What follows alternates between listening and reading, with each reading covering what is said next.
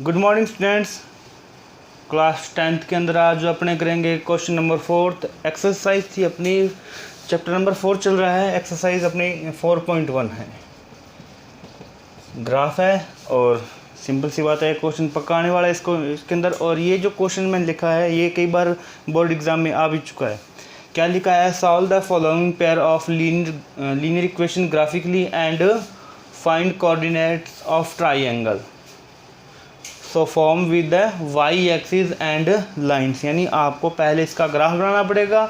Graph बनाने के बाद में एक जैसे वाई एक्सिस जो वर्टिकल लाइन है और दो लाइनें बनेंगी, वो चाहे इंटरसेक्ट करे या कोइंसिडेंट जैसे भी बनती है, लेकिन उसके साथ वाई एक्सिस के साथ वो दोनों लाइन एक ट्राइंगल बनाएगी। उसके कोऑर्डिनेट भी अपने को फाइंड करने हैं। तो सबसे पहले अपना काम क्या है कि इसके ग्राफ बनाएंगे। ग्राफ बनाने के लिए अपने को इसके कोऑर्डिनेट्स निकालने पड़ेंगे। तो इसको मैं इक्वेशन नंबर फर्स्ट मान लेता हूँ, इसको इक्वेशन नंबर सेकंड मान लेता हूँ। यहाँ से सॉल्यूशन स्टार्ट करता हूँ इसका मैं। From equation first, equation first क्या है? 4x minus 5y is equal to 20। अपने को पता है कि आप x या y एक वेरिएबल को आप अलग करोगे, बाकी सब एक तरफ करोगे। तो मैं 4x is equal to 20 plus 5y, और अभी x सिंगल नहीं है तो ये 4 डिवाइड में चला जाएगा, 20 प्लस 5y अपॉन में 4। अब ये रिलेशन बन गया x और y के अंदर। अब इसमें y की वैल्यू पुट करूंगा तो x की वैल्यू अपने आप आ जाएगी। कैसे आएगी? दरअसल के अंदर आपको थोड़ा ध्यान रखना पड़ेगा कि नीचे डिनोमिनेटर में 4 है और अपने को डेसिमल जो फ्रैक्शंस होते हैं कोऑर्डिनेट के अंदर उनसे बचना है, और अपने को एक कंप्लीट नेचुरल नंबर निकालना है कोऑर्डिनेट के अंदर, तो ग्राफ में अपने को आसानी से मिल जाए। अब क्या करेंगे? मैं y की वैल्यू मुझे पता है 20 के अंदर 4 का डिवाइड चला था। इट मीन्स यहाँ पर इसको मैं 0 बना लूँ, लेकिन 0 तभी बनेगा जब y की वैल्यू मैं क्या पुट करूँगा? 0। Put y is equal to 0। तो x इज इक्वल टू क्या आएगा? 20 plus 5 into 0 upon 4। 5 into 0 0, 20 plus 0, देखो 20 इसका मल्टीप्लाई क्या आ गया? 0 अपॉन 4। 20 प्लस 0 20 अपॉन 4 कितना आ जाएगा? 5। अब जो नेक्स्ट y की वैल्यू है उसके अंदर या तो 0 प्लस करो या 0 के अंदर 4 प्लस करो या 0 के अंदर 4 माइनस करो, क्योंकि जो डिनोमिनेटर है उतना ही अपने डिफरेंस रखते हैं, या तो प्लस का डिफरेंस या माइनस का डिफरेंस। तो मैं नेक्स्ट y की वैल्यू मैं -4 रखता हूँ। तो x की वैल्यू कितनी आएगी? 20 प्लस 5 इंटू -4 अपॉन 4। 5 4 जा 20, एक तो प्लस का 20 और एक माइनस का 20 अपॉन 4। 20 माइनस 20 0 अपॉन 4 कितना आता है? 0 आ गया। नेक्स्ट दो वैल्यू आपके पास आ गई। तीसरी वैल्यू क्या आएगी? 0 प्लस 4। पहले मैंने 0 माइनस 4 किया, मैं 0 प्लस 4 करता हूँ।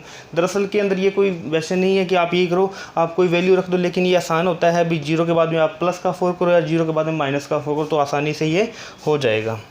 नेक्स्ट वैल्यू में 0 प्लस 4, y की वैल्यू मैं कितनी पुट करता हूँ? 4 पुट करता हूँ। तो x is equal to 20 plus 5 into 4 upon में 4। 5 4 जा 20, 20 प्लस 20 बोर्ड मास का विशेष ध्यान रखना। बोर्ड मास क्या कहता है? पहले मल्टीप्लाई फिर ऐड सब्ट्रैक्ट जो है वो बाद में होगा। 20 प्लस 20 40 अपॉन 4 कितना आ गया? 10। अब टेबल कैसे बनाओगे इसकी? थोड़ा सा टेबल ध्यान से बनाना इसकी, x और y की वैल्यू अपने 0 पुट की है, -4 पुट की है और 4 पुट की है, यानी 0 -4 और 4। तो 0 के कोरस्पोंडिंग x की वैल्यू कितनी है? 5 है। -4 के कोरस्पोंडिंग कितनी है? 0 है। और 4 के करस्पॉन्डिंग कितनी है? 10 है। तो ये आप टेबल नंबर फर्स्ट इसकी नोट करो।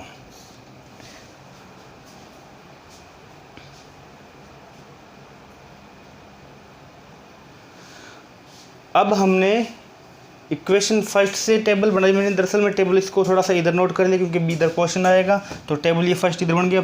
From equation second, from equation second equation से इसके कोऑर्डिनेट निकालेंगे। तो सेकंड इक्वेशन क्या है? 3x plus 5y is equal to 15। वही बात, x या y एक को सिंगल करेंगे तो मैं 3x is equal to 15 minus 5y। और x की वैल्यू 15 माइनस 5y अपॉन में 3। अब x सिंगल हो गया, y की वैल्यू पुट करो और ऐसी वैल्यू पुट करो कि वो 3 से ऊपर जो न्यूमरेटर है वो 3 का मल्टीपल बन जाए। तो मैं y की वैल्यू 0 पुट करता हूँ, क्योंकि 15 के अंदर 3 का ये 0 बना सकते हैं अपने। तो x is equal to 15 minus 0, sorry पहले 5 into 0 upon 3, 15 minus 0 upon 3, 15 minus 0, 15 में 3 का डिवाइड करेंगे कितना आ गया 5। फिर दोबारा अब डिफरेंस उतना ही, 0 माइनस 3 या 0 प्लस 3।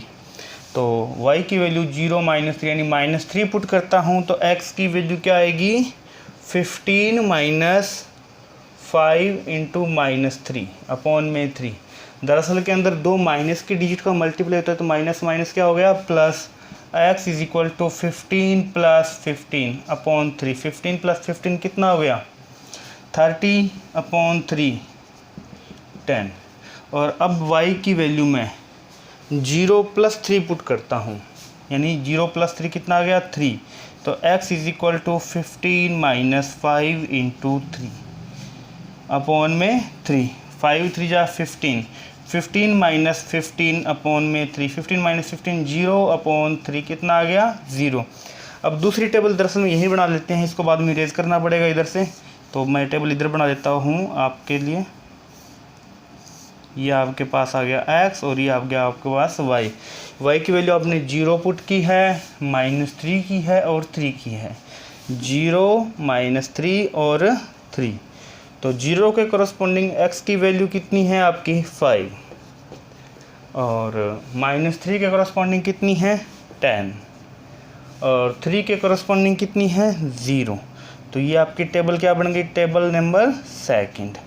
आप इसको इरेज कर देते हैं और अपने ग्राफ बनाएंगे।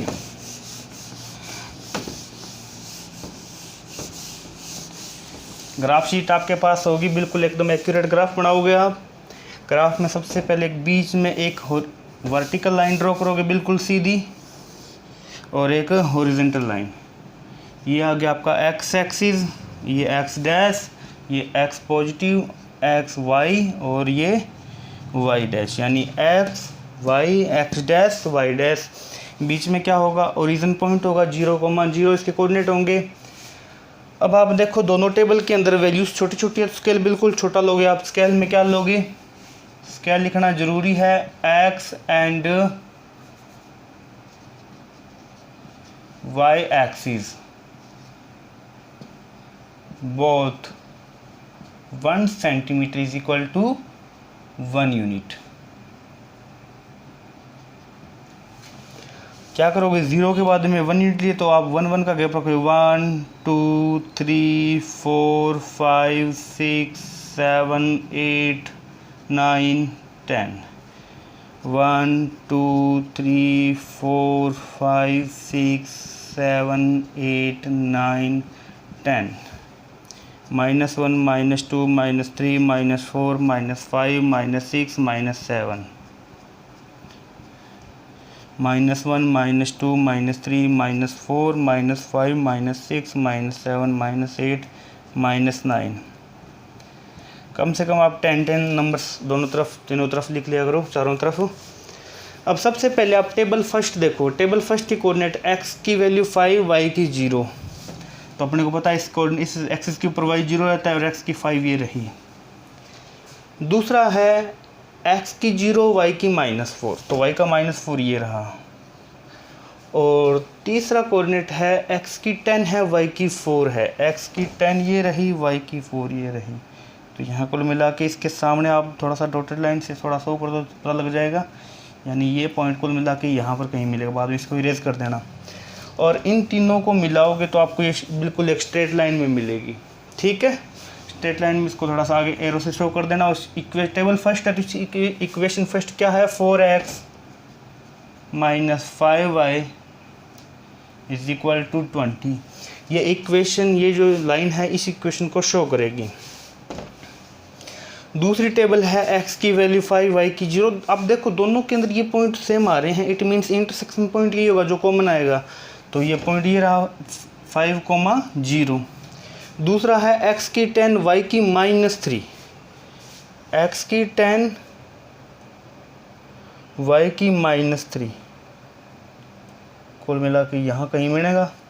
और तीसरा क्या है, x की 0 y की 3, तो यहाँ बनेगा ये, क्योंकि इस लाइन पर x क्या होता है, 0 होता है। और आप इसको मिलाओगे तो एक स्ट्रेट लाइन, बिल्कुल स्ट्रेट लाइन बनेगी। यहाँ पर दरअसल के अंदर ग्राफ अपने गैप कहीं कम है, कहीं ज़्यादा है, इसलिए लाइन से नहीं बनी, लेकिन जब ग्राफ में बनाओगे तो बिल्कुल स्ट्रेट लाइन बनेगी। ये लाइन भी सीधी बनेगी और ये लाइन भी सीधी बनेगी। अब यहाँ पर इसके इंटरसेक्शन पॉइंट है, ये तो है 5,0। अल्फ़ाबेटिक में पहले x आता है फिर y आता है, तो पहले x की वैल्यू 5, y इस लाइन पर क्या होता है, 0 होता है। तो आप क्या लिखोगे, lines are intersect at 5,0, 5,0। It means x is equal to 5, y is equal to 0। ये तो लिख दो बॉक्स में। साथ में इसको आप a मान लो, इसको आप b मान लो और इसको c मान लो। Triangle with lines and y axis,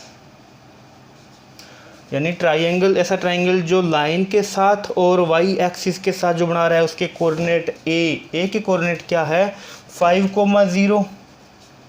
b के कोऑर्डिनेट क्या है, इसके कोऑर्डिनेट क्या है, देखो इसके ऊपर y की वैल्यू 0 है, लेकिन x की वैल्यू 0 है, लेकिन y की कितनी है, 3। तो b के कितने होंगे, 0,3। और c के कोऑर्डिनेट, यहाँ देखो c के कोऑर्डिनेट, x की वैल्यू तो डेफिनेट 0 होगी, लेकिन y की कितनी होगी, -4। तो आपका इंटरसेक्शन पॉइंट तो है 5,0, क्योंकि दोनों लाइनें 5,0 पे कट कर रही है, एक दूसरे को इंटरसेक्ट कर रही है। लेकिन इसके जो y एक्सिस और ये दोनों लाइनें हैं जो किस ट्राइंगल के, इस y एक्सिस के साथ जो ट्राइंगल बना रही है, इसके a b c इनको मानता हूँ। तो a के कोऑर्डिनेट तो 5,0 हो गए, b के हो गए 0,3 और c के हो गए 0,-4। तो आप ये क्वेश्चन नोट कर लो, अपने बाकी जो क्वेश्चन है वो नेक्स्ट क्लास के अंदर करेंगे। Thank you students.